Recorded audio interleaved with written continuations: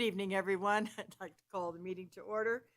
Uh, Members of the public, if you wish to make any comments, you may do so as we move along. But the call to order and a roll call and determination of quorum, please. Chair Dineo, Here. Vice Chair Mowers, Here. Commissioner Drysdale, Commissioner Horton, Commissioner Flakes, Commissioner Smith, Commissioner Moore. A quorum is present. Wow, and we're all here. Wonderful. Okay, now the public comment. You're invited to comment on and discuss any topic that is relative to within the authority of this public body. Anyone wish to come forward? Ms. Sharon, please identify yourself for the record.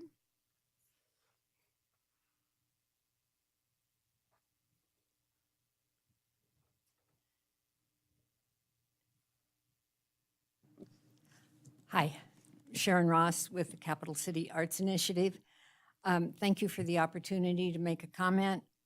This current Kroll Room exhibition is one of the CCAI 14 exhibitions that we produce annually in 4 city sites. I'm addressing agenda item number 5C and the proposed consideration for the scoring guide to be used for future grants. I have comments on repeat funding, increased grant funds, and grants to for-profits. To my understanding, the Cultural Commission's charge is to support, develop, and improve the cultural environment and healthy quality of life for all the people in Carson City. The Commission has changed its focus to emphasize new organizations over existing arts group by penalizing established art groups for requesting ongoing funding. Please note that repeat applicants continue to provide their strong programming for the city's residents and visitors. In my years working with grants for the Nevada Arts Council, new 501c3s were always invited to apply for smaller introductory grants. These small grants were awarded to give the young group an opportunity to prove themselves capable of succeeding and handling the grant's responsibilities. Please consider this approach. To me, the idea that an organization does not deserve funding because it has been previously funded does not make sense. Why should arts applicants receive low scores because they continue to successfully provide cultural enrichment to the city's residents and visitors? City funding is important to CCAI to help us continue providing 900 annual citywide gallery days, including this exhibition. It is discouraging to be downgraded because of our ongoing hard work. Does the Commission have plans to increase its grants budget via more city funding to help support more arts groups? I hope so. In this past grant cycle, for-profit businesses were allowed to apply. This puts nonprofits at a disadvantage. I asked the Commission only to provide its grants funding to city 501c3 nonprofits. The 59,000 people that live in Carson City deserve a high quality of life that includes a vibrant arts and culture environment. I respectfully request that you revise your scoring guide to include support for the long-standing, successful arts organizations that are vital to the city's cultural health. Thank you. Thank you, Sharon. And for the record, this will be submitted with the minutes and will go out to anyone who the Thank public you. may have Thank you. copies of this. Very good points. Thank you. Thank you. Anybody want to add anything?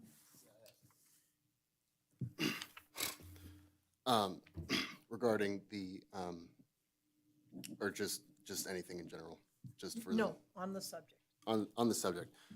I mean, I totally agree. I think the whole thing needs to be overhauled. I was unhappy with how it happened, how it went last time during our grants. Yeah, there was a lot to be desired, and I'm personally frustrated that we can only give out, $25,000 to applicants, who are here from Carson City, but now we're going to do almost 10 times that much for a sculpture that was farmed out to somewhere else. So that's how I feel about it. Thank you. Any other comments? Yeah, Denny, and we're short on time, so I know. be you're- brief. Thank you. Just to ditto on Miss, I'm sorry. Ross. Miss Ross' statements as well, but specifically towards the way that the funding was related to with Samuel. And I'm sorry, I can't pronounce the last name correctly, but it's a ditto on that. Thank you very much. Okay. Thank you. Thank you, Sharon. A lot of food for thought. We are on item number 4, possible action approval of the minutes. Everyone has read the minutes. Anybody have any corrections, changes, additions? Yeah, I have something. Sure. Well, I was Oh, you have absent. to say your name for the record. Sam Flakus for the record. Was very irritated to find 2 days after this meeting that we had a meeting. I didn't even know that we had a meeting on Monday, and Anna and I talked about this already, and I've already voiced my grievances, but I was very unhappy to have been left out of that process too, on the sculpture in the roundabout. And that sculpture that was picked, I think, was a mistake. And that's all I have to say about that. Anything else? Did your computer not work? I didn't get anything, That's very weird. Okay, well, not sent to me, and, from now on, I'm going to be checking manually, yeah, because great. That's great. All right. Do I have a motion from anyone on the board about the minutes? I'll make a motion. So just a motion I move to approve the minutes. Is there a second? All those in favor? Aye. None opposed? That passes. Okay. I have so many pieces of paper, it's unbelievable. All right. 5A, discussion only, presentation and discussion regarding the roles and responsibilities of the Cultural Commission in the Arts and Culture Strategic Plan and Carson City Municipal Code. Anna, I'm going to turn it over to you. I asked for this, by the way, for the record, because I think there are a lot of happenings, and maybe we didn't go far enough to educate folks to what the duties are of the Cultural Commission, and so I've asked for this. Thank you, Madam Chair. My name is Anna Freeman, for the record. And I'll pull this up here. Hopefully, everyone in this room is familiar with this document, the Carson City Arts and Culture Strategic Plan for 2022 through 2026. If you are not, we have, it is included as an attachment in today's meeting materials as well. You'll notice throughout, particularly in the back, sorry, I'm flipping through on the screen. On page 21, it's more condensed here, and you can see each of the goals, and here who should lead and other relevant partners. So under cultural organizations, the Cultural Commission is the first listed on that. So anytime it has any cultural organizations, the commission may choose to take it upon yourselves to support that goal. For example, these are 1.2 Arts Incubator, investigating opportunities for a standalone arts incubator facility. That investigation is certainly something that the Cultural Commission and each member can do. The municipal code has very few requirements of the commission, essentially serving as an advisory board on all things arts and culture related, but it's not limiting what you may choose. So this is a guiding document here in the strategic plan. Certainly any of these goals that a commissioner takes a special liking to or wants to be more involved with you are, that is certainly within your scope.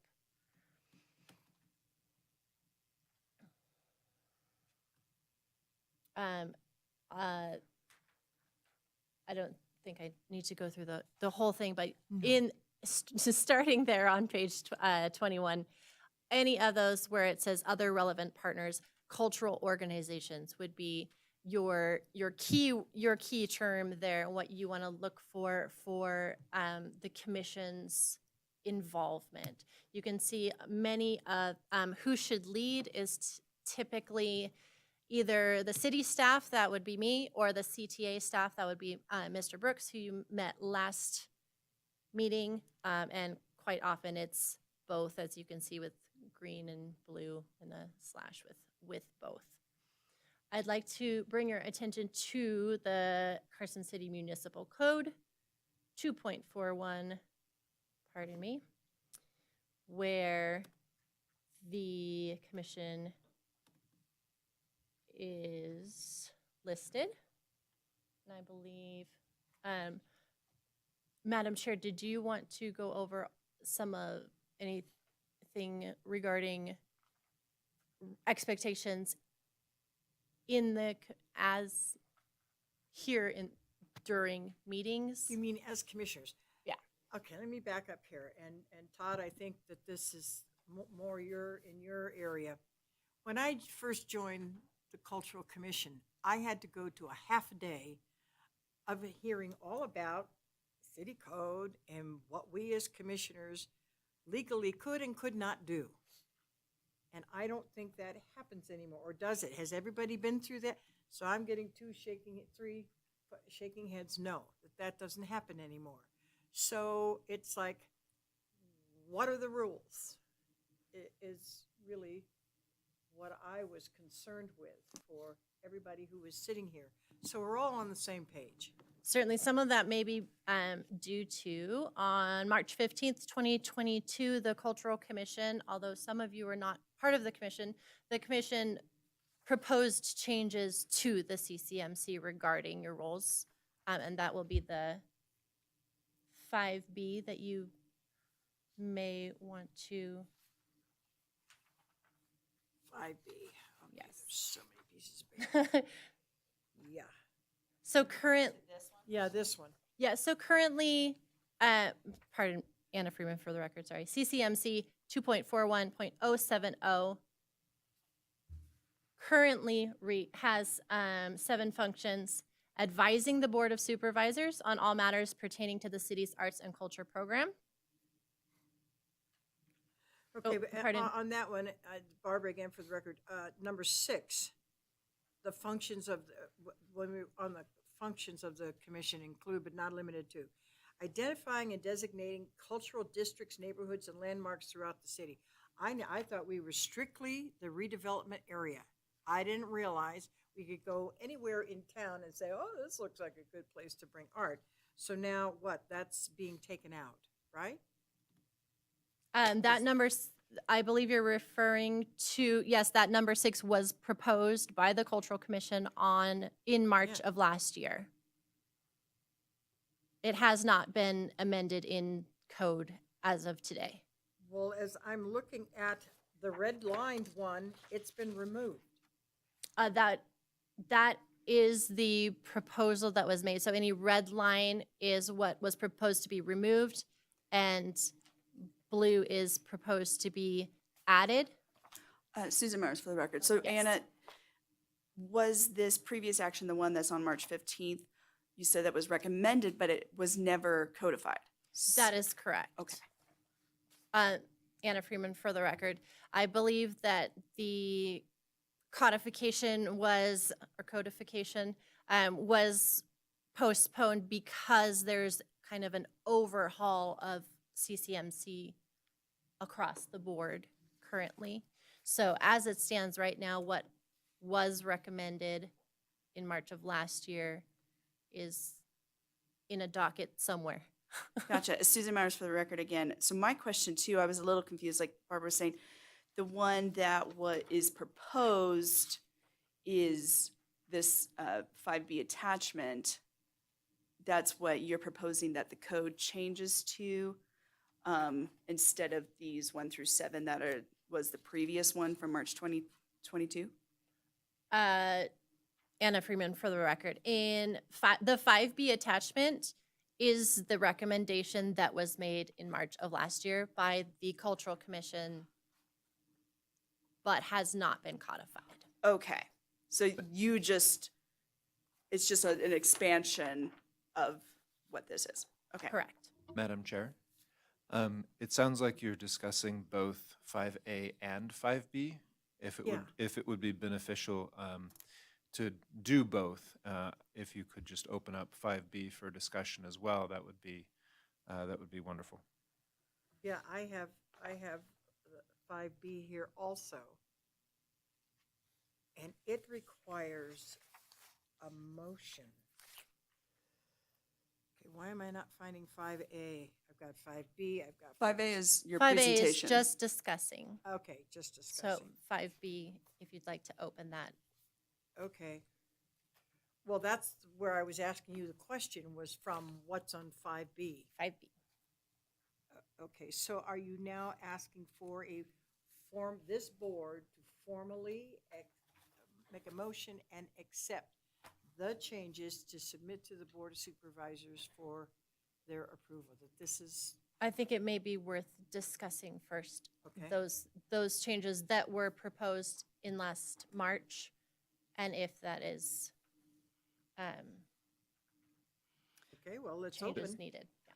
Yeah. Susan Myers for the record. So the other thing too, Anna, that, and I don't know which 5A or 5B this goes under, but to Barbara's point about the training as well, and I don't know if that's part of the, That's not what's. part, that's not part of this. Okay, It that's has why I wanted nothing to do with this at all. And that's what I was concerned with.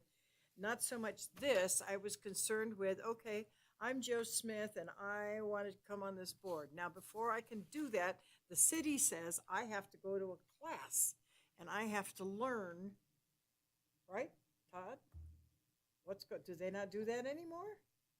This is Todd Reese, Deputy DA.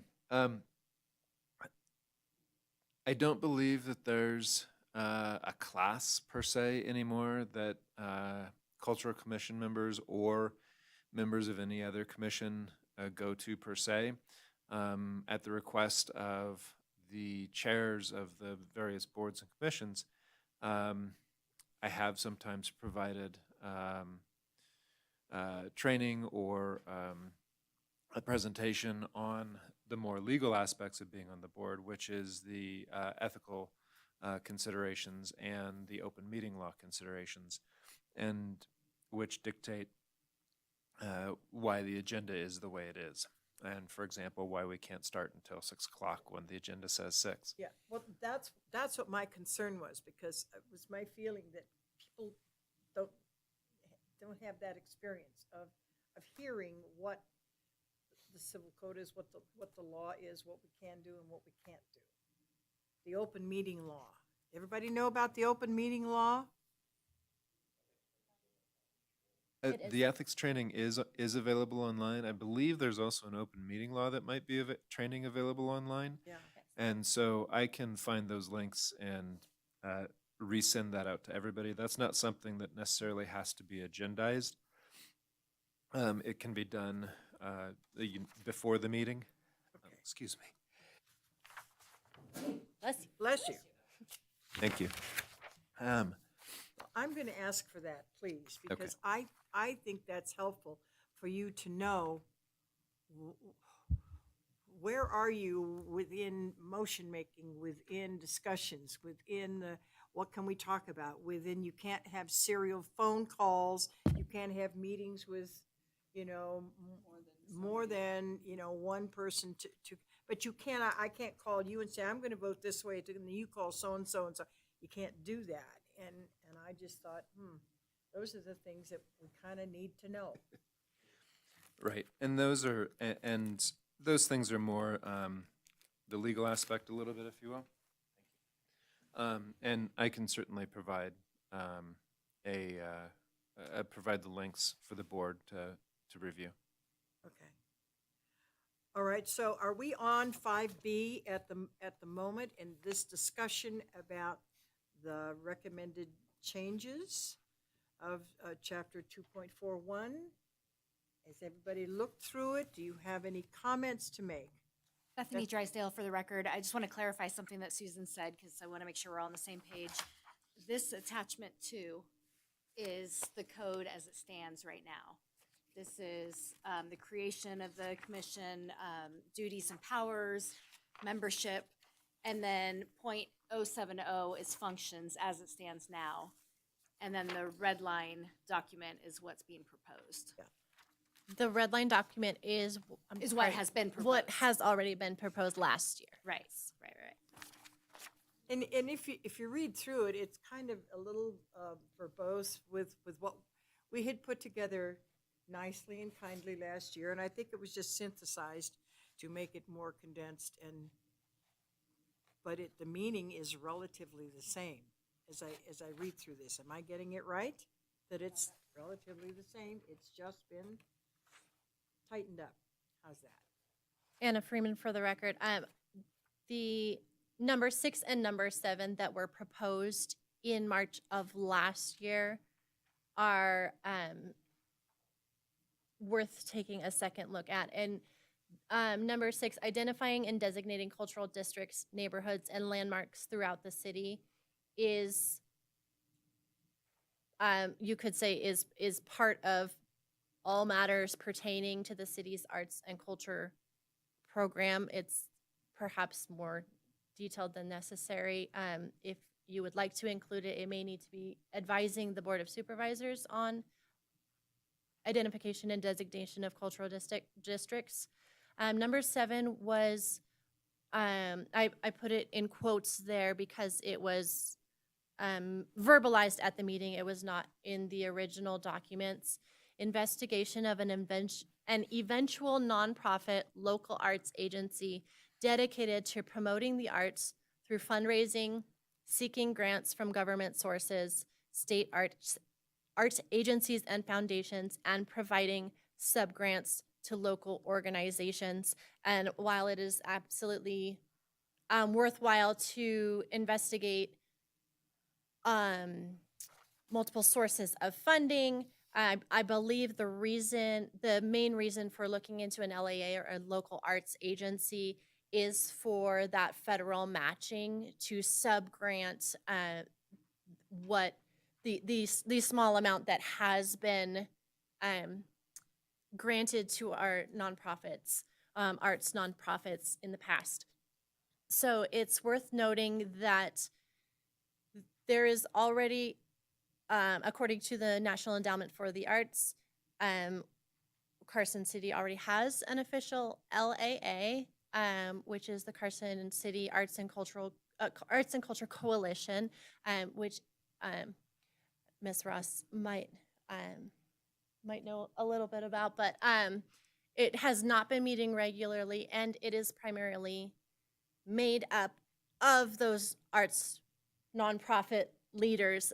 So it would be it wouldn't be an appropriate group to sub-grant to nonprofits that are all in that. That being said, the arts and culture program being moved under Parks and Recreation, and it is now a program of a city department. You don't need to become an LAA.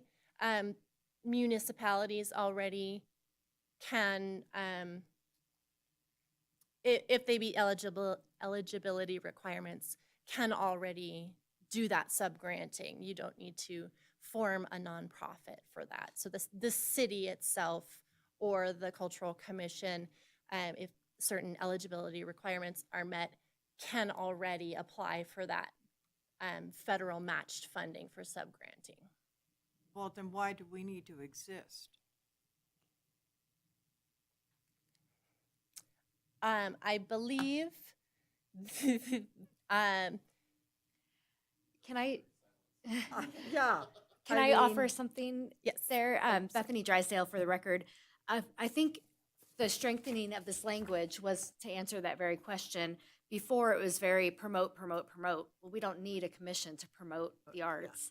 It was about taking more action, advising, overseeing, identifying cultural districts to give us more, more direction. I don't want to use the word power because that can be, taken out of context, but more action, a reason to be up here and something to contribute to the Board of Supervisors rather than just promote, you know. And Susan Mowers, for the record. So what you're saying too, just kind of in lieu of what Bethany was saying.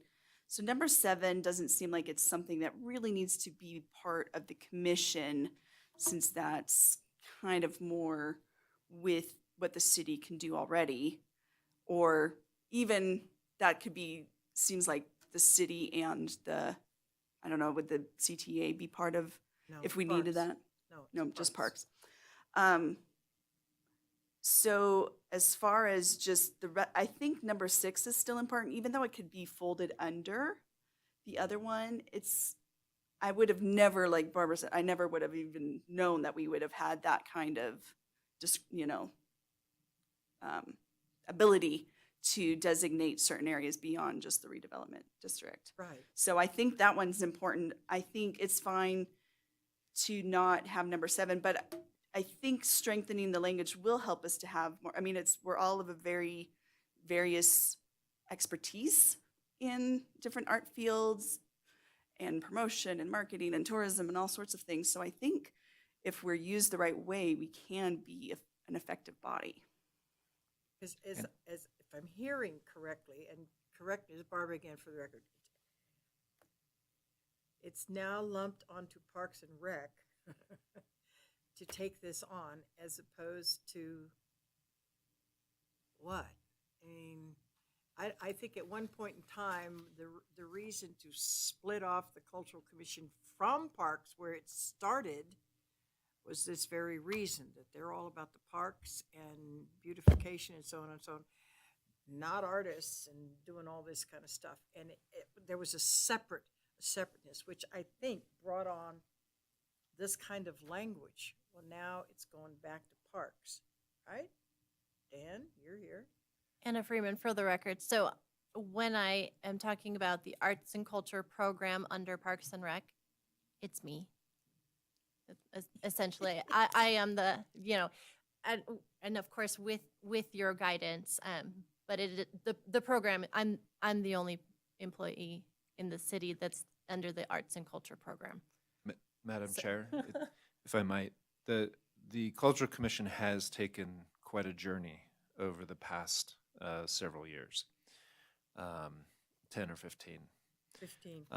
There have been varying staffing that has staffed the commission.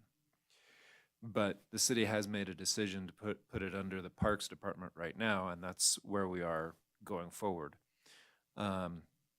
When you're taking a look at the proposed changes to the functions of the Cultural Commission, I would encourage you to take a look at broadly the concepts that are there. Is there anything that's missing?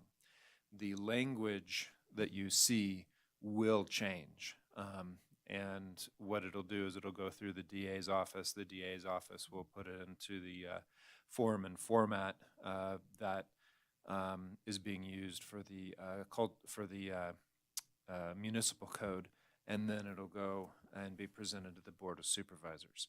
But I would encourage you not to focus on the minute details of the language, but if there are any concepts that are missing, this would be the time to let me know that, so that when it's presented to the board, if that's what you choose to recommend, then I can draft it appropriately.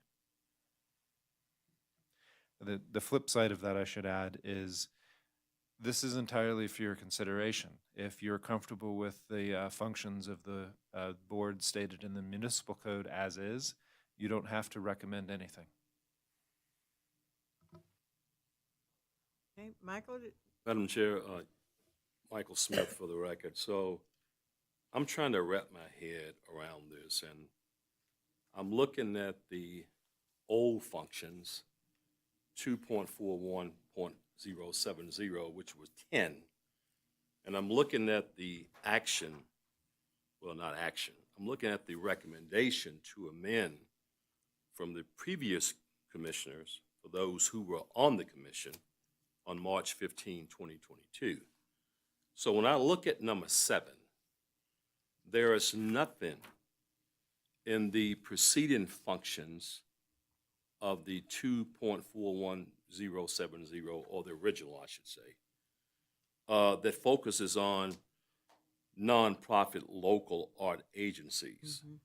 It says investigating eventual nonprofit local agencies. I'm not going to read it. You guys can read it. But if you look at those first 10, there is nothing that states that.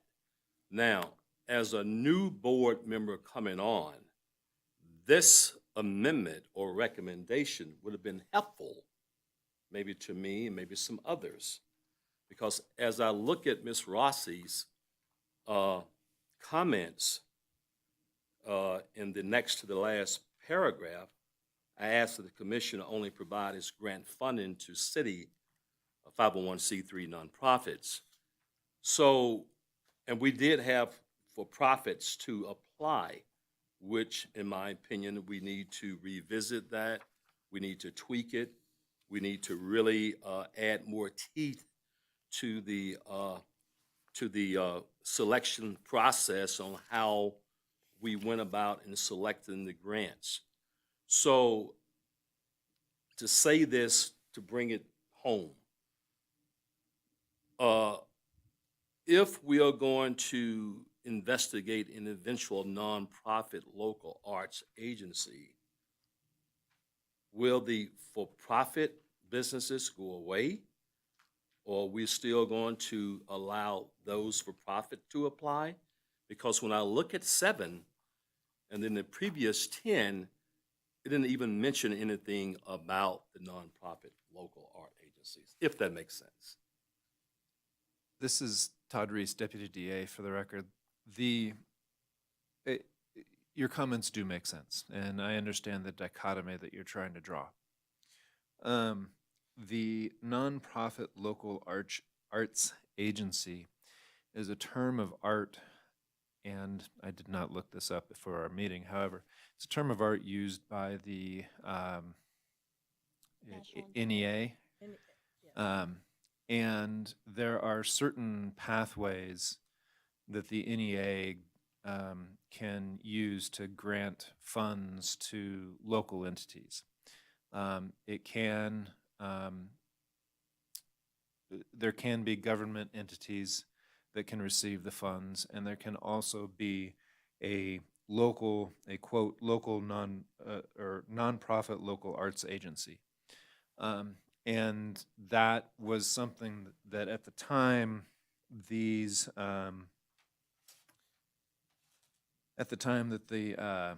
changes were proposed, that was something that had been identified as missing in Carson City. And the question at the time was whether a nonprofit local arts agency should be developed in cooperation with the community. That's kind of where that was driven and where that was derived from. It wasn't necessarily a indication of who the grant funds would go to. I'm not exactly. I don't recall any limitations off the top of my head on once grant funds were given to a LAA, a nonprofit LAA, who they could be given out to. I think that would be grant specific. And I think there could possibly be some grants going through the LAAs that could go to nonprofits or for-profit entities. However, that is a little bit larger discussion and quite a little bit slightly different discussion that would be focused on the NEA and how the NEA issues grants to local agencies. Anyway, that's where it was coming from. I think the keyword in there is investigation of. So when this was drafted, and good Lord, we went through several years of this, and at one point, because yes, we all said a local arts agency would be just great, and so on, and let's develop language. And then it kind of, now this is back to us. And those folks who helped to put it together, they're no longer on the board. And so now we're looking at this. My question is, I don't know that I've heard the NEA giving to for-profits. Do they? Anna Freeman for the record. I have not heard of Didn't. that. Yeah, I've never heard them giving to a for-profit. Susan Mowers for the record. So just so I'm understanding though, the flow would be, that would be some sort of organization, whether it is the city, like you said, your department of one, that could subgrant out to match, or this LAA that could subgrant out. But that LAA could determine whether it was for profit or nonprofit, depending on whatever parameters they set for their subgranting, correct? Anna Freeman for the record. The National Endowment for the Arts has pretty strict requirements match. already from the federal requirements. At the city level, the commission or an LAA or whoever is subgranting can add additional stipulations or requirements, but can't get around any of the federal requirements. Yeah. Susan Mowers for because it's matching the NEA's funds. Correct. The This subgranting would- is a match. This would be a one-for-one match, correct. Barbara, for the record, now I'm really confused. When we were going through all of this and talking about an local arts agency and so on, and Karen About and myself had said, we don't even know why the commission needs to exist. Well, because you are the folks, and not the city, who could be involved in the grants and the writing and so on. And I thought, who's the LAA? I've never heard of them. Is there a group of people someplace, somewhere? I've never heard of them. Anna Freeman for the record. So being an LAA and having eligibility as a subgranting entity are not the same, but they are quite often overlapped. So that may be causing some confusion. So the city could, if they meet eligibility, such as providing documentation that the city through the commission has been giving grants out to arts nonprofits for the last Right. 10 years. There's a lot of documentation that we need to go through, and certainly investigation and going through that process is still absolutely worthwhile to figure out if it's best to have a separate entity, if it's something that the commission through the city can already be eligible for. This investigation and pursuing this route to get additional funding is absolutely worthwhile, but it's not necessarily something that needs to be in code. It's going to be something that you or we do, and then it's done. It's not an ongoing function of the commission. And I have a question that, I don't know, I'm hoping it, Susan Mowers for the record. Whatever we decide as far as like investigating down the road, say we do adopt this language and we figure that out and whatever becomes the LAA, that's not going to take away our ability to grant our redevelopment grants, right? That would be still a thing that we would have. Because to Barbara's point about like what would be some of our purpose, which would we still be a grant funding organization or commission? Anna Freeman for the record. So I think the delicate confusion here is because, correct me if I'm wrong, legal counsel, but currently the Cultural Commission makes recommendations, and officially the grant funding going to local arts nonprofits is coming from the city. Right, from the Correct. So the commission would continue to do as you are, and continue to make that recommendation, and the city would have to become, or perhaps, based on the investigation, the commission might need to prove eligibility, but more likely the city itself would need to be the official sub-granting entity. So the commission would still be accepting the applications, reviewing, scoring, but officially the city is The, giving the. the short answer to your question is yes. Um, the redevelopment funds that are allocated towards the arts, that the commission has considered and recommended allocation to the board for the past several years, I'm not aware of any reason why that would change. What Anna was discussing as far as who who is making those grants for purposes of the NEA is more of a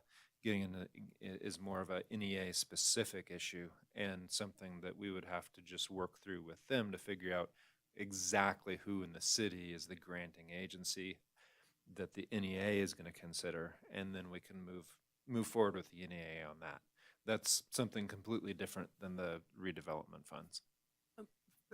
Barbara, it was my understanding, though, that the city is not a not-for-profit and couldn't sign any grant applications, and we had to go elsewhere to get signatures to apply for grants.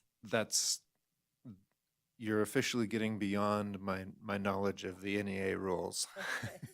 That's something that, if it's your recollection and it's a concern, we can certainly look into that offline. I'm not going to be able to comment on it at the moment. Valerie? Valerie Moore for the record. Sierra Arts Foundation, where I work, is an LAA, and we do provide grants to artists. But that I'm familiar with, we're one of the few agencies in the state that can do that. And just in reading this, to me, I would just personally let the city handle it like they have in the past and not go down the LAA rabbit hole at this point in time. But I just wanted to throw it out there that we do that, but we don't give out that much money, and most of the grants we get fund our own programs and are given out to other agencies. So Susan Mowers for the record. So I think what we're doing is conflating the NEA grants with the city allocation funds, right? So the city allocates funds, is what you're saying, Todd, that are specifically for arts and culture in the city. So because they're just funds from the city, we can decide how to grant them. Versus an LAA is really it sounds like, Valerie, to partner with NEA to do sub-granting. That's correct. Anna Freeman for the record. Small note, the Sierra Arts Foundation is a regional arts agency. So we have a state Nevada Arts Council. We are one of the very few that have regional with Sierra Arts Foundation, and then local would be another step below. Okay. Michael Smith for the record. So maybe Anna or Todd, maybe the chair. So if this body wanted additional funding through the RAC committee, because in my opinion, 25,000 is not enough.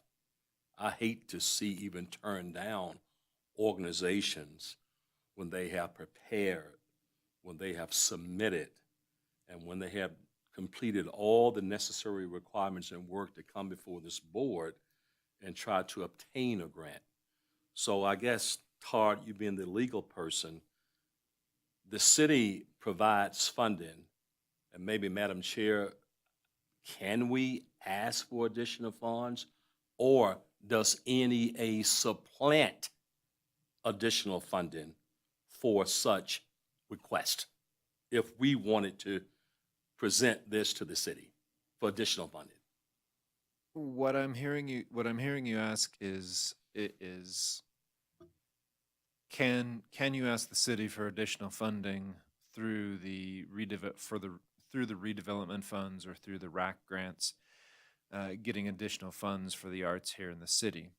And then the second question is, how does the NEA affect that? To my knowledge, the NEA won't affect it at all.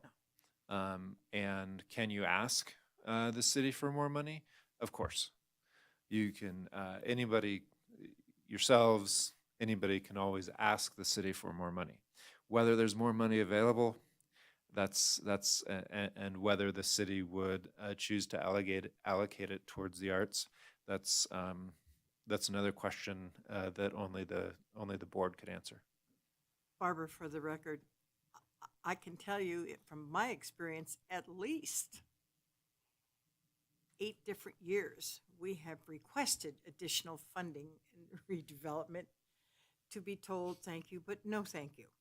And at one point, the mayor said she got an additional $25,000 to pay for this position, came out of that one-time grant. I don't think that the city is doing $50,000 a year under redevelopment. I don't think so.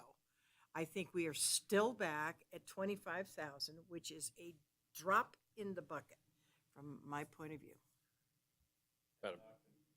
Mike Smith for the record. I totally concur with you, Madam Chair.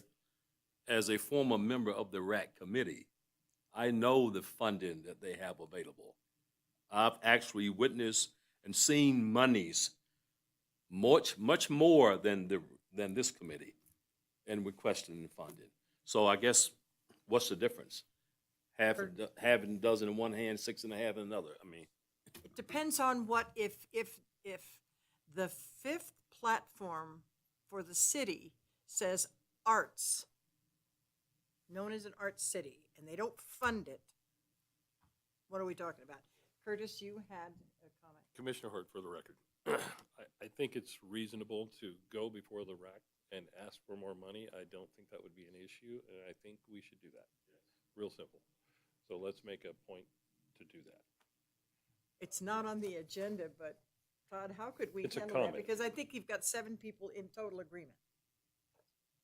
You're correct. That specific action is not on the agenda, so there's nothing, and, for the record, I've been allowing you to discuss it and allowing it to be discussed because it is part of 5B and part of, if I'm remembering my agenda correctly, part of 5C,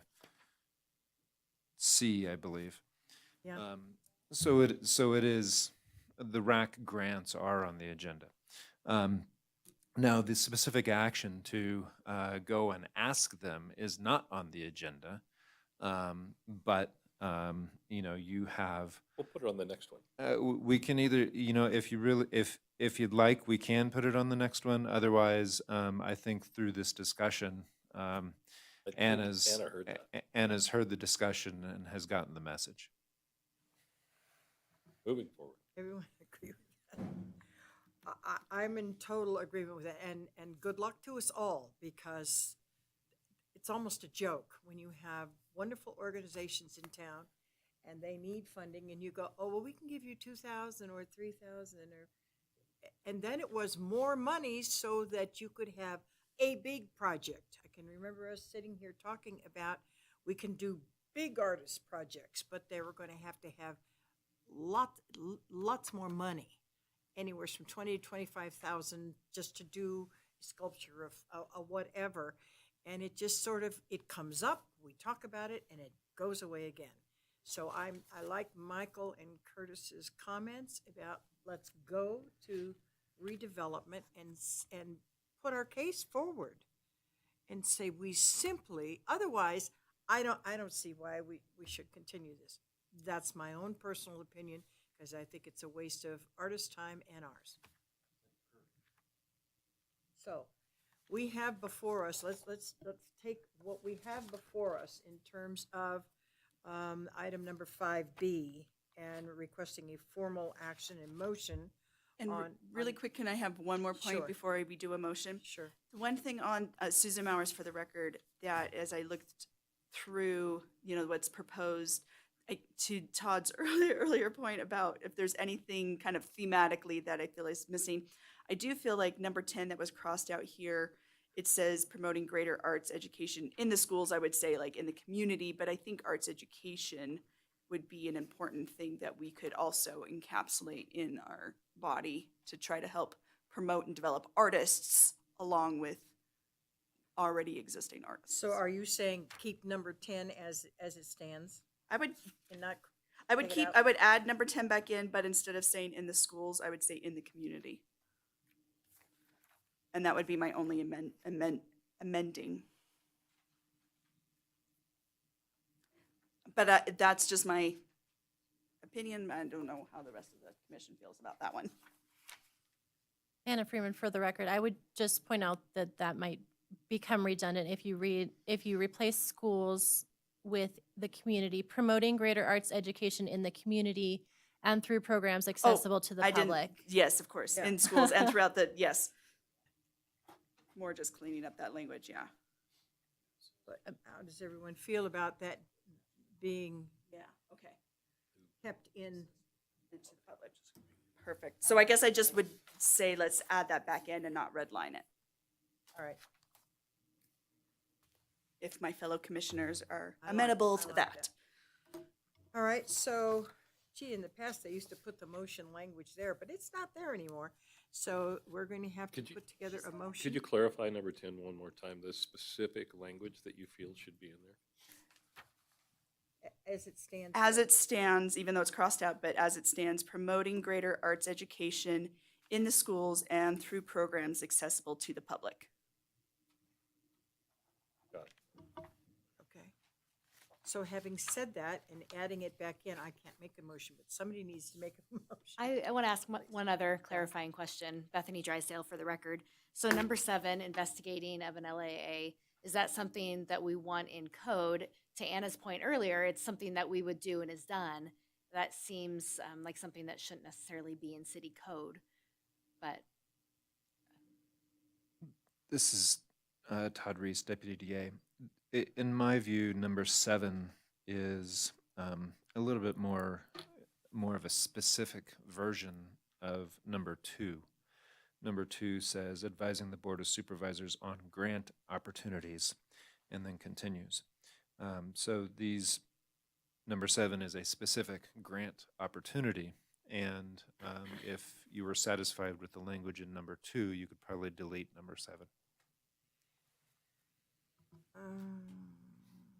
so if that's the case, I'm prepared to make a motion. Okay. So Bethany Drysdale, for the record, I move that we send the proposed changes from the March 15th, 2022 Cultural Commission meeting to the Board of Supervisors, striking the blue version of number 7 and adding back in the red line version of number 10, of item 10. I second that motion. Any comments? No, I was discussion? going to second. Okay. I beat you to it. Yes. Okay, let's have a individual vote on this one.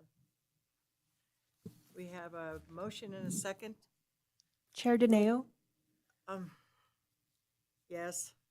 Vice Chair Mowers, Commissioner Drysdale, Commissioner Horton, Yes. Commissioner Flakes, Yes. Commissioner Smith, Commissioner Moore, And we have 7 ayes and take it on to the Board of Supervisors. That was a biggie and it's done. Okay, now are we on 5D at this point? Public arts? C, we're on C. Oh, the scoring rubric. Oh, boy. Okay, then. Anna? Anna Freeman, for the record. I have been asked to add that to the agenda to open up discussion for what you would like, what the commission would like to have the scoring rubric be for the redevelopment arts and culture grants. But that being said, I think a lot of the discussion I've heard regarding the process may not actually have been the rubric. So we'll go first. The scoring rubric is, Did you include that in the packet? I did not. I do not have a scoring rubric for you to approve. You'll have to create it yourselves if you want to create one here today. What it was for the fiscal year 2024 redevelopment arts and culture grants is implementing the Carson City Arts and Culture Strategic Plan, 0 to 60 points. Project planning, 0 to 30 points.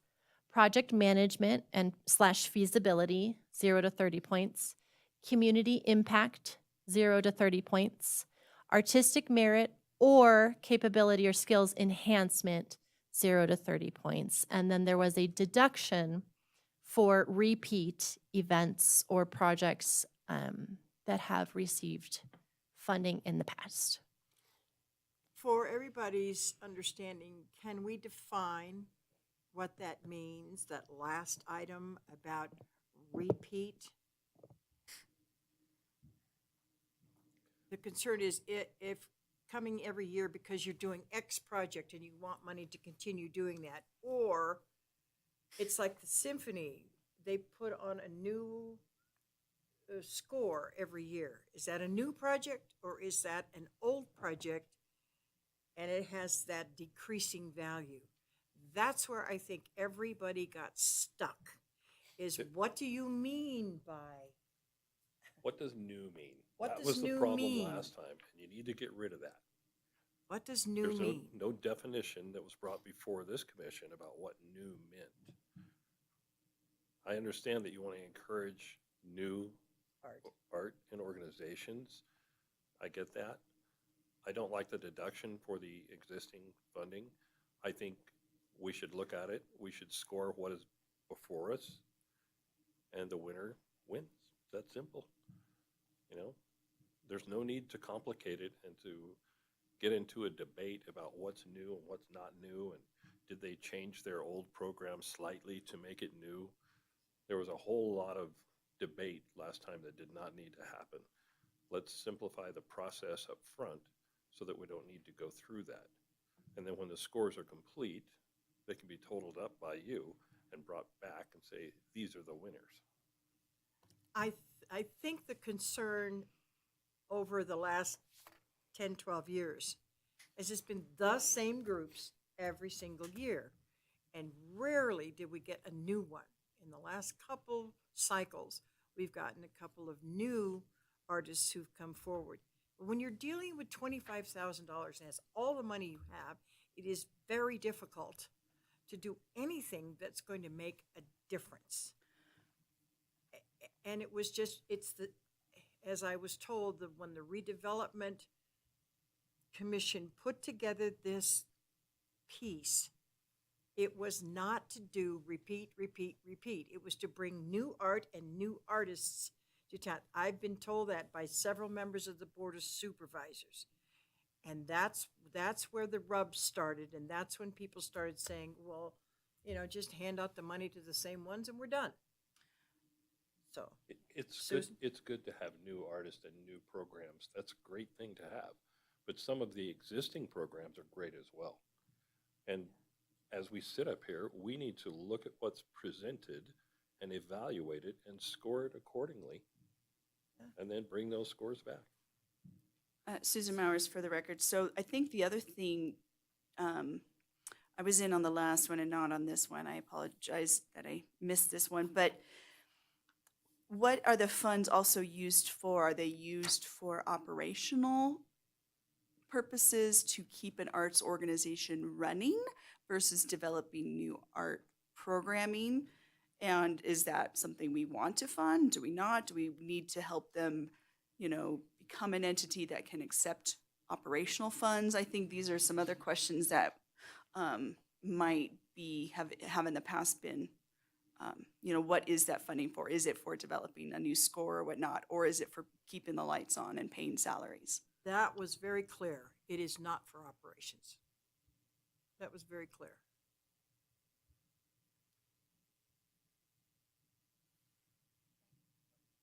Curtis? I would urge that we revamp the criteria before we move forward with this. And that comes back to us, and then we can move forward with voting. Bethany Drysdale, for the record, I concur with that. I really like the idea.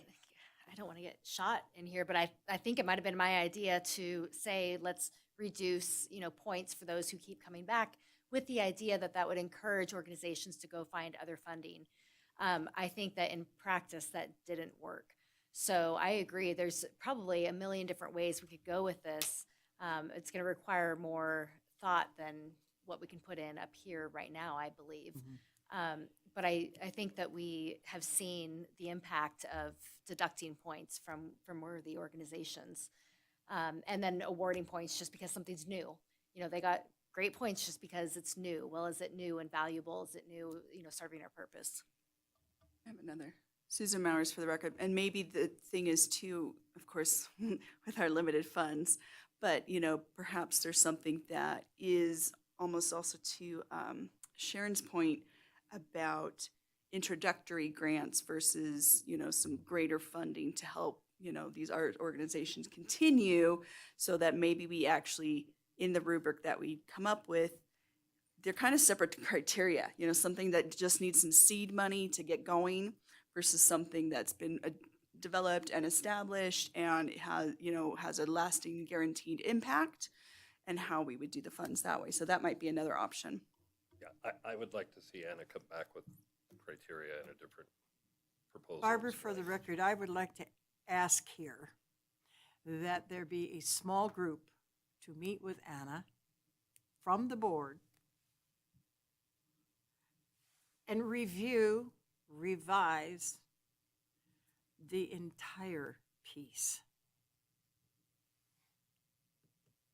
I think this is, I think we've looked at it several different times over all the years that I've sat on the board, and it gets changed every single time. And then somebody said, well, we don't have enough money to have big art, to have something really smashing going on, but we've got these little things, and it's a mess. And I think, one, we need to go to the redevelopment commission, but we need to have a plan in hand. And whether we're asking for 50 or 75,000 a year, I think we need to be able to back it up. I think we need to review the current model that we have that goes out to artists and tweak it and make it so it makes sense. How does that feel to folks? Yeah. Oh, go ahead. Sam Flake is for the record. I think it needs to be established right up front if it's seed money or if it's operational money or just survival money. We don't do survival money and operational money. We do projects, we do artworks, we do that kind of thing, but we're not keeping organizations with the lights on. So we need to say that. Yeah. This is Oh, seed it money. says or it this- says it in the rules. And Along with that and other areas, we need to revise that information. We need to revamp Yes. the criteria, make everything clear. Todd, is that acceptable? And Susan Mowers, real quick, for the record, I just have one other idea to put into your brain as you do what Kurt was saying and having a proposal for us. The other thing is there's a difference too between an artist organization and an individual artist. How much money an organization like what Sharon needs and for her purposes versus creating a new artwork piece, whether it's a sculpture or, whatever that they're proposing to come. So I think that's the other thing is with this grant, we're kind of lumping every arts organization and need into one thing. So as you look at the rubric, these are just different considerations. Anna Freeman, for the record, would you like separate scoring rubrics for individual artists and organizations, or based on scale of the project, or? Or impact, I think these are things like Kurt You was want saying that we have to 10 different- consider and with a committee to figure out and hash that out. Don't make it too complicated. Complicated, Barbara, but I hear what you're saying, Susan, but I look at this and I think we're talking about chicken feed, essentially, the amount. And when we say, well, we've got symphony, we've got this organization, that organization, but now we've got Sam over here who wants to do something. Now we're getting really out there. And I think we have a package right now, the redevelopment grant form. I think we need to review that. I think we need to put the rationale down as to why, if we are going to help citizens in this community, we need to have the funds in which to do that. Otherwise, it's just an embarrassment for the city and for this commission to be spending our time twiddling away on something that is just too difficult to do. Sam Flake is here for the record. I would like to add to that and mention that these poor guys who are down here in the pit, these organizations, now they're climbing all over each other. They're fighting each other. And they shouldn't. We're making it worse for the arts community. Are By we, them are climbing we up. making it worse? How are we We're making we're not intending to, but by them fighting each other for this little bit of money, it's not good for anybody. It's not constructive. And Susan Mars for the record, and I guess my point with some of this, just considerations for the different types of organizations, was more thinking towards the plan of asking for more money, saying, hey, there's, not just we want a lump sum, but we need this because 50,000 needs to be allocated for here, and we have artists we want to help develop, and that should be this. So that was more of an ideal wish fulfillment thinking of, down the road, especially as we start asking for more money and, starting small, saying, hey, let's show that we have a really solid plan for 50,000, for 75, or 100, then we can expand from there. So Barbara, further, think about it. There's 25,000 is allocated. Thank you very much for the 25,000. But if you have 7 different organizations requesting 5,000, you got to knock out 2. And it just, because it is so inadequate, it makes it very difficult. And that does pit organizations against each other. And And that I might be think all we ever that's- get. That may be all we ever receive. Yeah, All we can do is hope for the best. It's hope. And try and persuade the RAC. But in the interim, we need to fix our problem, fix our criteria, talk about what we want to do and the best way to do it. And it may wind up pitting these artists against one another, and that's an unfortunate side effect. But sometimes we have to work with what we have. That's it. So how do you feel about a small committee meeting with Anna? I- It can only have 2, right? I would prefer that you not specify a small committee of the board or of the commission to meet with Anna, because now you're inadvertently creating a subcommittee. Could Anna And- inquire one-on-one with each Yeah, of us? see, in the code, And we that's can't do falling, that. that's falling under the rules of the open meeting law. What I would recommend is what Supervisor Horton just specified was, please task Anna with revamping the rubric and taking into consideration all of your comments, and she can contact you individually as she needs to get clarification or go over the new rubric. Of course, I would always caution, please don't contact more than a quorum of the commission. Yeah, see, and that's what the open meeting thing, I was thinking, if you haven't gone through that class, it's kind of like, oops, we can't do that. Anna? I have a question or a thought on this. Bethany Drysdale for the record.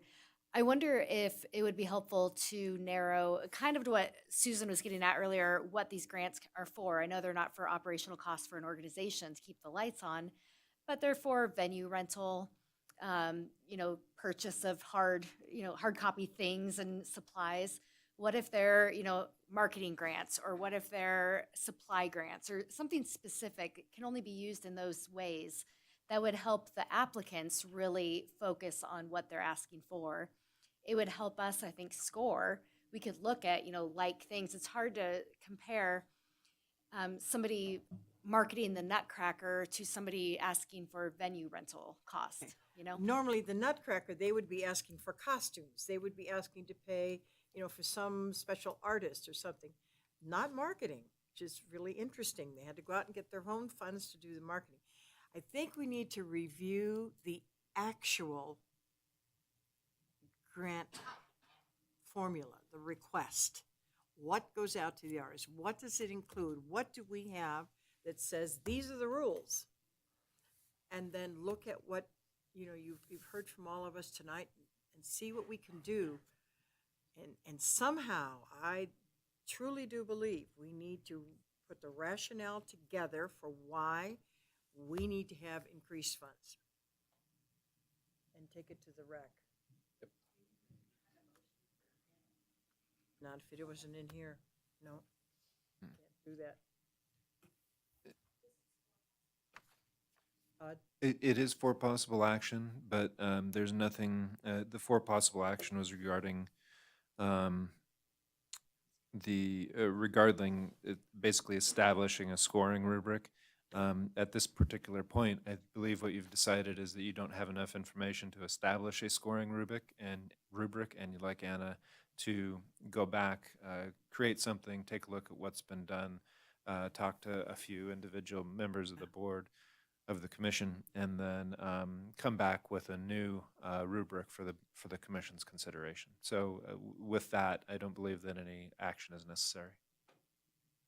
Not even a motion, you just simply, I'm sorry, Mike Smith for the record. So Todd, I mean, I hear what you're saying, and it's a formal action, and if we as a body is asking Anna to do so, we don't have to put that in the form of a motion? In my view, you don't necessarily have to, no. However, if you would like to, I'm also not opposed to that. I think it'd be great for the record, showing Sure. that this board has taken action and we have authorized Anna to do so, so we can say that the board did do something. Because I was the one who's really hammered on this. Let's revisit this evaluation criterion. Let's put some teeth on this rubric. You know, what can funding may not be used for, what it can be used for, and the deduction of points and the whole thing. If we can do so, I would like to put that in the form of a motion. I think that'd be a tough motion. I think it'd be very complex to encapsulate what I- we want her to do in a No, single no, motion. Curtis, I was just simply saying things, just what that I know and I think we know in our minds that this needs to be revisited. Yes. I would just simply, I'm looking at the previous one of the guidelines. I'm just simply referring to the guidelines. I'm not trying to sway Oh, I anyone. know. I'm just saying the motion could become complex, or it could be too simple. I would just table the item and be done with it. Table That's the just item? me. It's interesting. Wow. Well, now that you've You would said table that, item? you've put us in a Thought. difficult place when you table something. Oh, dear. It's just a thought, whatever you want to do. Whenever, okay, all right. I think it's perfectly clear, at least it is for me, that we're saying, Anna, please review this again. There have been 3 different iterations of this grant. Let's look at it and let's bring it back for discussion. You want to just move to have her review everything again? And let I that be can't done? make the motion. You may. I'm wide open. I just want to make sure that we're happy with what we have her review. Susan Mowers for the record, would it be, Curtis, would it be a motion as, in essence, and I guess if somebody seconds it, it works. If not, then that's fine. Moving to have Anna review our recommendations that we spoke about tonight, review the grant application and the rubric, and come back to us with some recommendations for next time. Review the program from top to bottom. So review the grant program, including the rubric, from top to bottom, to come back at our next meeting with recommendations for the board to review. Awesome. Is that your motion? Yes, that is I move to do that. Is there a second? Second? Anything further? Bethany, does somebody? Yeah, Curtis said, Curtis did. does that work? Okay. Is that clear for you, Anna? Certainly. Lots of luck. But feel free, as long as it's not a quorum of the board, Yeah, to Table it. run the ideas by, to do a draft, to see, where we go from there. This is very complicated, unnecessarily so, but it is complicated.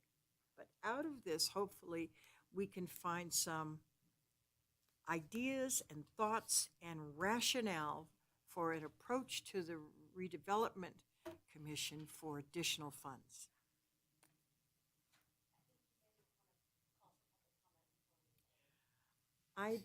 Can we do that, public comment before a vote? I thought it was at the end.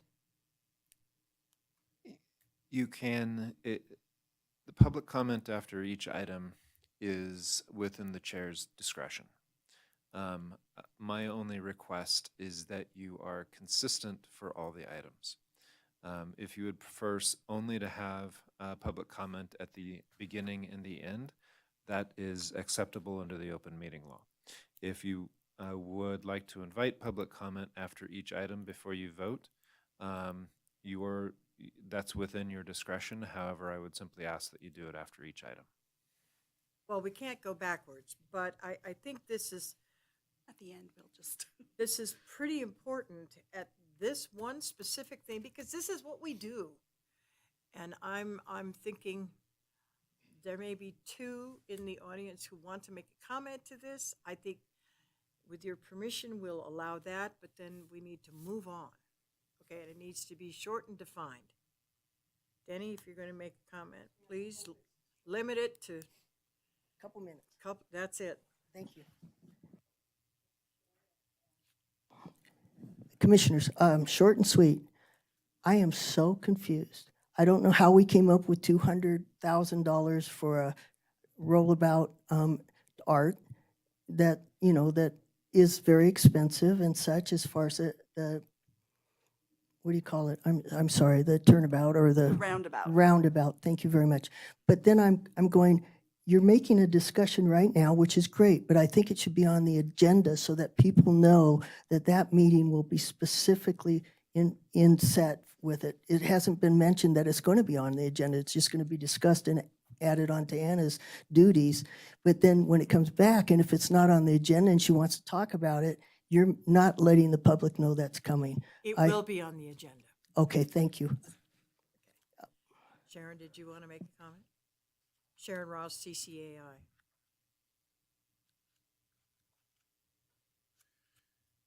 Thank you. I can't pass up an invitation. Appreciate your conversation.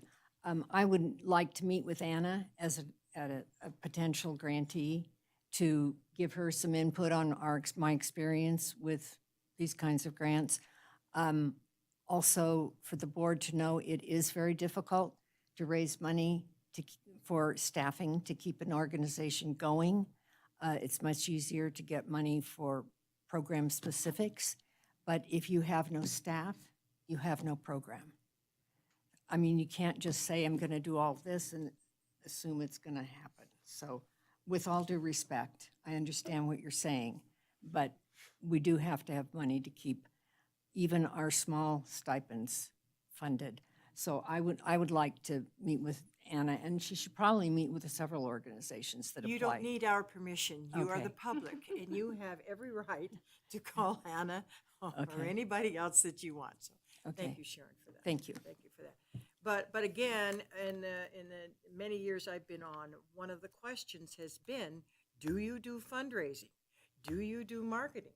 Do you charge for your organization's events and those kinds of things? Because it was to encourage the arts organizations to step out and to be looking not just here, but everywhere. And that's why there were limits on what the rec grant would fund. Because we could be paying everybody's salaries, and then we're really in trouble. But it's to have whatever the art is, and so on. May Now, I I- don't want to get into it with you. I'm just saying, this is a very heady discussion and project, and I think we need to have real clarification as to what we are funding.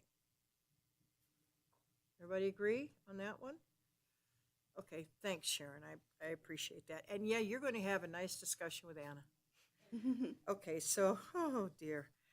Can we move on now to There's a Ma- motion. 5D? Chair, I believe you have a motion Oh, we pending. have a motion on the floor. We have a, You have a motion and a second. And a second, you just need a vote. we call the roll, please. Chair DeNeo, Aye. Vice Chair Mowers, Commissioner Drysdale, Commissioner Horton, Aye. Commissioner Flakes, Commissioner Smith, Commissioner Moore, Let's fix this thing. We're on to 5D. Anna? Public art policy. Anna Freeman for the record. As you all know, the public art policy was accepted by the board last year. I'll leave the date blank. With the intention of adding some appendices, and I have the first one for your consideration here, a public art donation proposal form. One of the functions of the commission, as you reviewed, is to have a say in the public art that is displayed in Carson City, and that is whether it is paid for by the city or if it's a generous donation. So having this ability is certainly important. There are a wide range, certainly, of art pieces that could be donated, and some of which may include installation or maintenance costs, and some of which may be completely no cost to the city. So it's a fairly open-ended, just asking for the donor, a contact person if it's different from the donor, what the art is, the artist, title, dimensions, asking for documentation. And then part 2 is optional, keeping in mind that this would still come before the commission. Some of these things you may want to require for a specific piece that would come with maintenance costs, et cetera, and may not want to require it for a smaller piece or a piece that is not costing anything.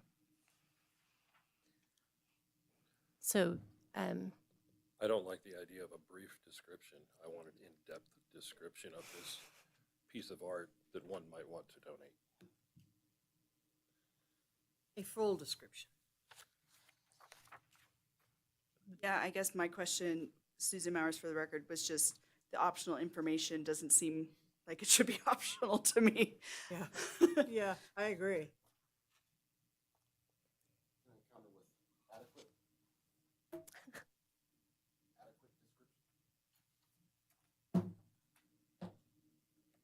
Is this just a donation form that would just kind of kickstart the process is kind of what I'm misunderstanding, because then it would come before the board and. yes, this, Anna Freeman for the record, so this would, the motion that you may choose to make today is for this to become Appendix A of the public art policy. It is not necessarily the end-all, be-all for donating artwork. And certainly, if I may divulge just slightly, there is a piece that someone would like to donate that's actually been on city property for years, and we didn't have a policy in place, and it doesn't have any requirements. So I certainly went about this trying to make it as simple as possible for those, for the donor, and not asking them, not only have you donated this piece, but can you also go through this whole rigmarole to It's not like a grant. make it No, yeah. official. They're trying to give us something, not get something from us. So certainly want to make it as easy as possible for them to go through that process. I think the things that I look at as being required, and Susan Myers for the record, are the current condition. Yeah. And any kind of site preparation or maintenance. It's really just like what is going to be required of the city to keep this art piece. And if the artist, and if it could be, if they're filling it out, and it's like, if it is just, a piece of artwork for a wall, then of course it's going to be minimal versus a big, installation. But I think that would just, Unless it weighs 500 pounds. yeah, exactly. That's what it's like. Yeah, if it's like a huge sculpture versus, something that could go in like on the wall. So those would be, I guess, number 5, number 4, and number 6 as far as maybe a project budget. Is that maintenance? Yeah, maintenance of the piece. So those would be the ones that I would include. I don't know if the board has any other recommendations.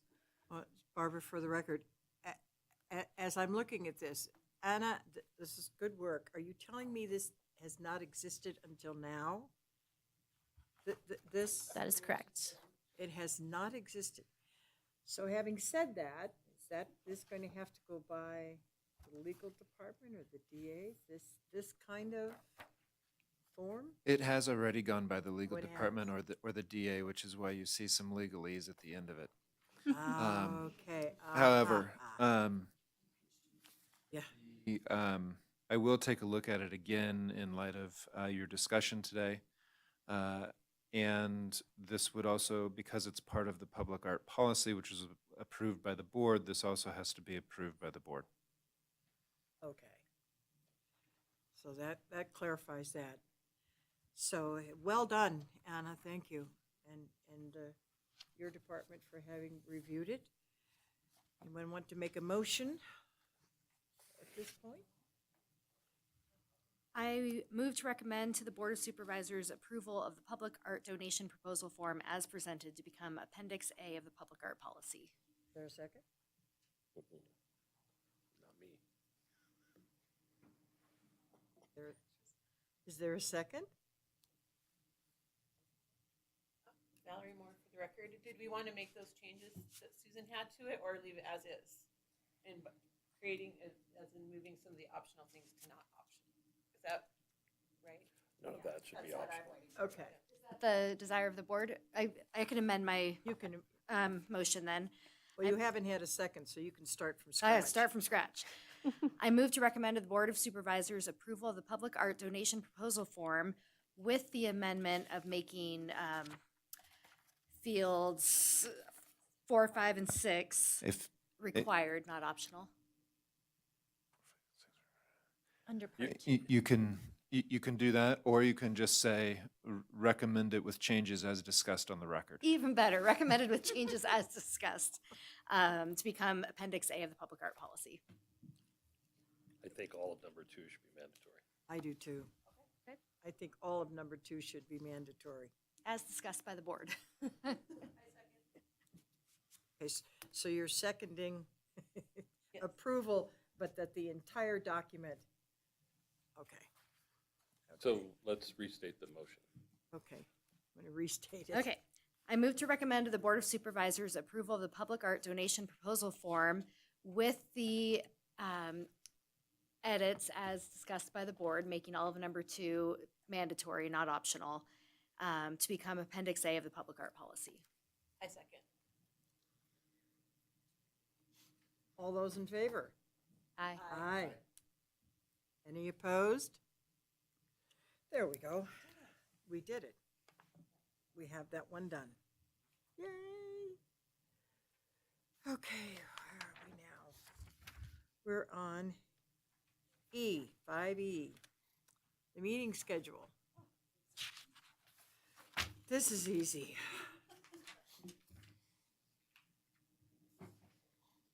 Anybody have anything they want to say in reference to? Are we meeting Meetings? quarterly? Just quarterly, right? Yeah. I know and Susan Mowers for the record, Mondays work for me. Oh, you've got it on the back. Look at you. Yeah. Bethany Drysdale for the record. I see these are at noon though. Are we moving to Are we midday moving to noon? meetings?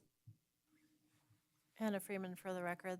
That is what you discussed with me, Chair. Yes, it's a proposal to be discussed, certainly. 5:30 is sometimes a conflict with CTA meeting just before.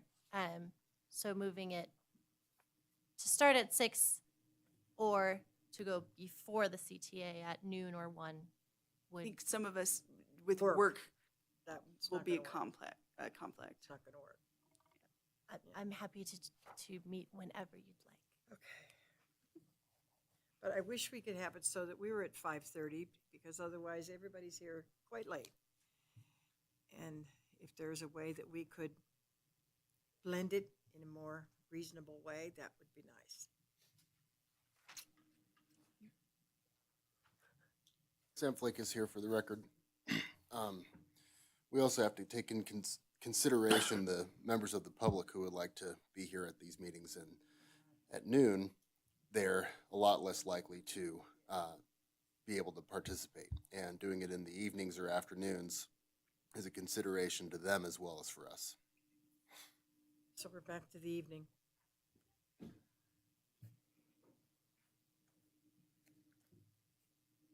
Yeah, so should I make this Susan Mowers for the record. I move that we accept the schedule with the amendment to, instead of it being, oh.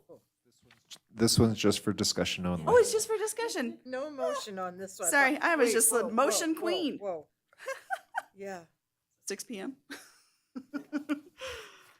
well, I don't know, for years it's been 5:30 and it's just, I mean, here But we it can't is. do 5:30, right? Is that the problem? Well, they can move earlier. The CTA has their meetings on the second Monday of every month, starting at 4 o'clock. Depending on their calendar, sometimes they run until 6 o'clock. Also, depending on their calendar, sometimes they're done by 5. So it'll just depend on. We'll just have to work with CTA, and it'll just depend on what's happening beforehand. Susan Mowers for the record. If we did 5:30, but then if we had any agenda items for CTA, we could just put them at the end. What's on Tuesday? You can't, no, that won't work. I'm trying to make it so that we can They meet would at not like 5:30, it. not 6. No. Most of the nights are pretty much taken, are they not, Todd?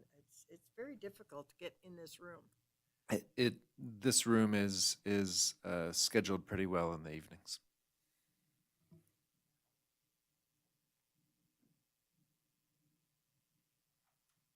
Madam Chair, just I guess consideration, so is there another day other than Monday? I mean, Todd just mentioned this room is pretty busy, I guess it didn't But make it's any- every day. Yeah, that's what Yeah, I'm just simply asking. The answer is that I don't know. We can Anna can double check the schedule and see if there's something that's open on a recurring basis. Well, maybe the CTA has to tighten up their meetings and we stay the way we've been,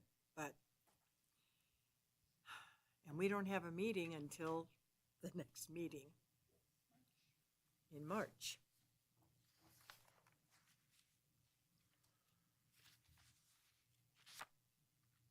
We've been meeting at 5:30. What is your pleasure?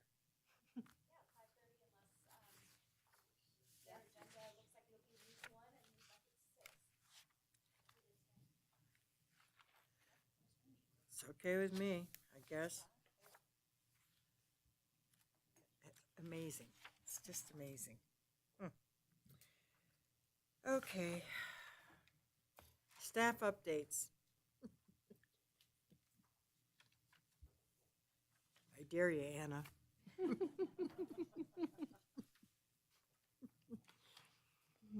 Anna Freeman for the record. Starting in January and throughout February, we'll have a public survey getting input on arts classes and programming that the public would like to see here at the community center in our art building here. So please spread the word if you follow Carson City Arts and Culture on Facebook. Go ahead and share that. We'd like to get some input on what type of programming people would like to see. We'll have a spring break arts enrichment camp for kids age 7 to 12, again hosted by the Sierra Arts Foundation. We are looking ahead to Cinco de Mayo celebration and Mark Twain Days will both be in May. And far ahead on the calendar, but September, we are looking ahead to the 50th anniversary of the Bob Boldrick Theater. So there will be some sort of showcase and perhaps a fundraiser put on by the Parks Foundation to help support the new scholarship program. Question on the public arts survey. Is it possible to get an article in Carson now? Yes, or to there will. get it more widely? Because I know, where do you get your people from? Yes, there will be a press release to all the newspapers as well. Okay. All right, that's it? All right, item 7, comments and announcements from members of the Cultural Commission. Mine is Merry Christmas, Happy Holidays. Let's get 2023 over with. Anybody else want to say anything? Anybody have any announcements, anything coming up? Anything you want to share? Okay, future agenda items. I think to recap, if we could please, the whole RAC discussion and just sort of an overhaul, a redo, a review in terms of, you know, the whole criteria. I think that's what I'm concerned with, is that we get that one squared away.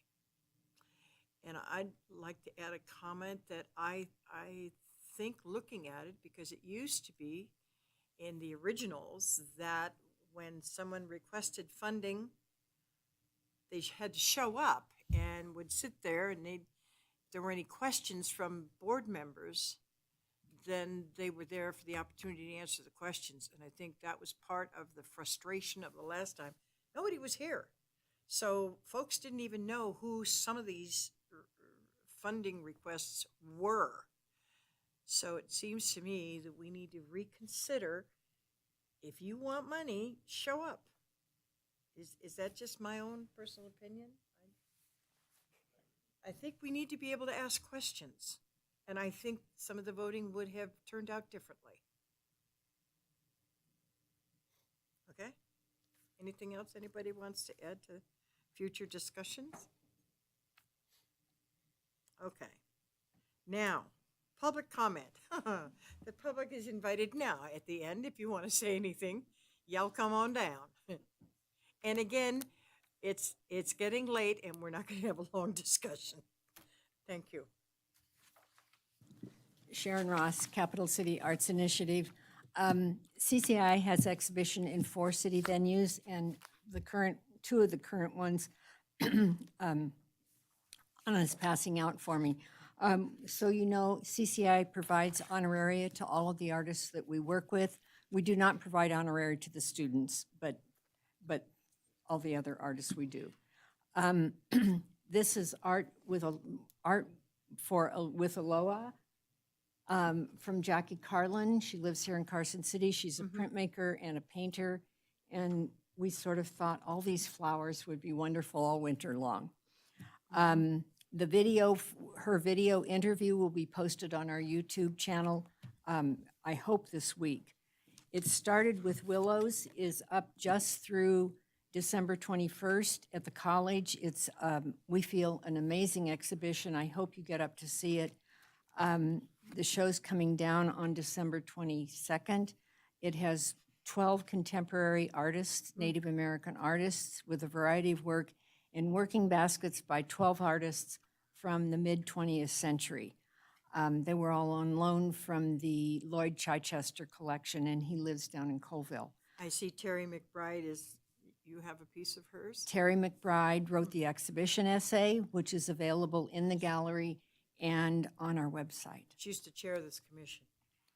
Very bright. Windows to the Soul, this one is up in the Courthouse Gallery through January 25th. James Gales is amazing, does portraits in watercolor. They're amazing, you should go see. Many of them are jazz greats from the history of jazz in this country. Chris Lanier wrote his exhibition essay, which is also in the gallery and posted on our website. Photo Finish 2024 will go up in our student gallery over at the Community Development Building this week, and we'll have photographs by 12 Carson High advanced photo students. They're wonderful. We invite you to visit our website, visit all 4 galleries, and follow us on YouTube, Facebook, and Instagram. Thank you. Thank you. Thank you, thank you. They're wonderful exhibitions. Do you ever hear anything from the legislators on what you have at the legislature? They The art- receive our flyers, but by the time they get into session, I think their time is limited, so not too much. Denny French, Chair and Chair, Commissioners, thank you. I want to just thank you and ditto on the holiday, that greeting. I also would like to just ask that you all know I appreciate you. While I might have some considerations, one of them is some of you have to speak up a little louder, maybe get closer to your mics. If I'm going like this, it's to let you know I can't hear you. I would change chairs, but that can be disruptive and it's a little hard to get up sometimes. Thank you very much. Thank you very much. Nothing further for the order? This meeting is adjourned. Merry Christmas.